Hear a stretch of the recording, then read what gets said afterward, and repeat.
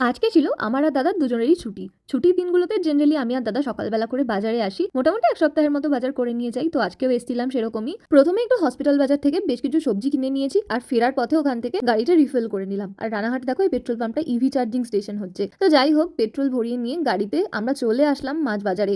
মানে ওই রেল বাজারে যেখান থেকে মাছ কিনি সেখানে। অ্যাকচুয়ালি আমরা ভেবেছিলাম হসপিটাল বাজারে যে মাছ বাজারটা আছে ওখান থেকে কিনবো। কিন্তু যতক্ষণ ওই বাজারে ছিলাম একবার ভুলেও মনে পড়েনি যে আমাদের জন্য মা মাছ কিনতে বলেছিল।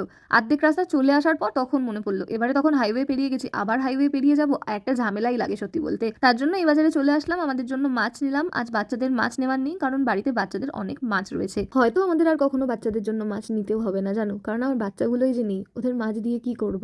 প্রায় ৪-৫ দিন হয়ে গেল আমার সবকটা বাচ্চা আমার ছেড়ে চলে গেছে। এমন কোথাও চলে গেছে যেখান থেকে আর ওরা কোনোদিন ফিরে আসবে না। একজন আছে, সে মাঝে মাঝে আসে, খায় দায় আবার চলে যায়। তিনি আবার ক্যাট ফুড ছাড়া কিচ্ছু খান না, তার জন্য ক্যাট ফুড সবসময় বাড়িতে রাখাই থাকে।